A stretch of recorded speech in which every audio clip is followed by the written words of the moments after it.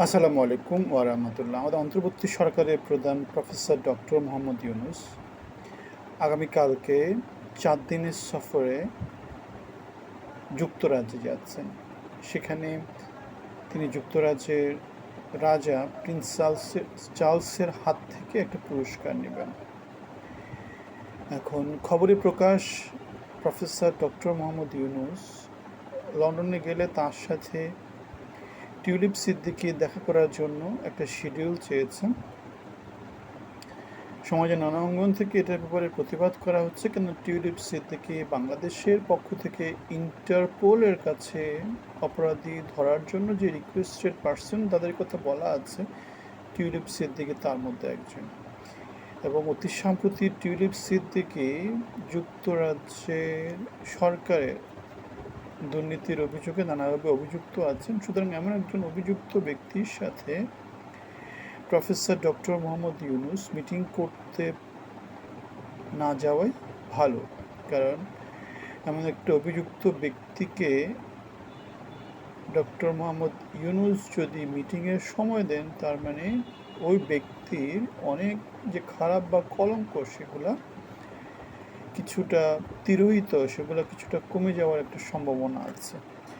এদিকে আরেক খবরে দেখা গেছে যে আমাদের পালিয়ে যাওয়া প্রধানমন্ত্রী শেখ হাসিনার ছেলে সজীব ওয়াজেদ জয় ইউকেতে এসেছেন প্রফেসর ডক্টর মোহাম্মদ ইউনূসের বিরুদ্ধে আওয়ামী লীগের যেই শিবির আছে তাদেরকে সংগঠিত করার জন্য, এবং বাংলাদেশের যে সমাজ ইউকেতে আছে, যারা বাংলাদেশে বেশ বড় একটা কমিউনিটি তো সেখানে আছে, সেখানে একটা 3 ভাগে বিভক্ত হয়ে গেছে কমিউনিটি। এক ভাগে বিএনপি, এক ভাগে আওয়ামী লীগ, এক ভাগে আবার ডক্টর মোহাম্মদ ইউনূস বা এনসিপি সমর্থিত একটা ভাগ আছে।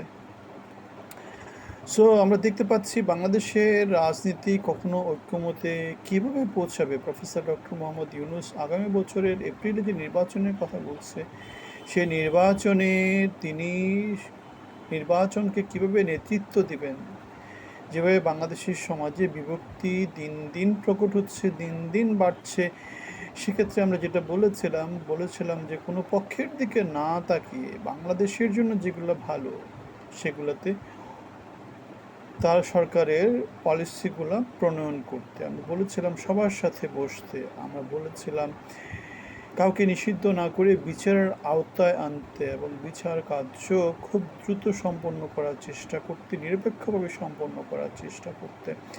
এখন সমাজের নানা অঙ্গন থেকে যে চাপগুলো আছে, সেই চাপগুলোতে ডক্টর মোহাম্মদ ইউনূস যাকে একটু যার পক্ষে যাবে তাকে তিনি তার সাপোর্ট পাবেন, বাকিরা তার বিরুদ্ধে চলে যাবে, সেটা আমরা দেখতে পাচ্ছি।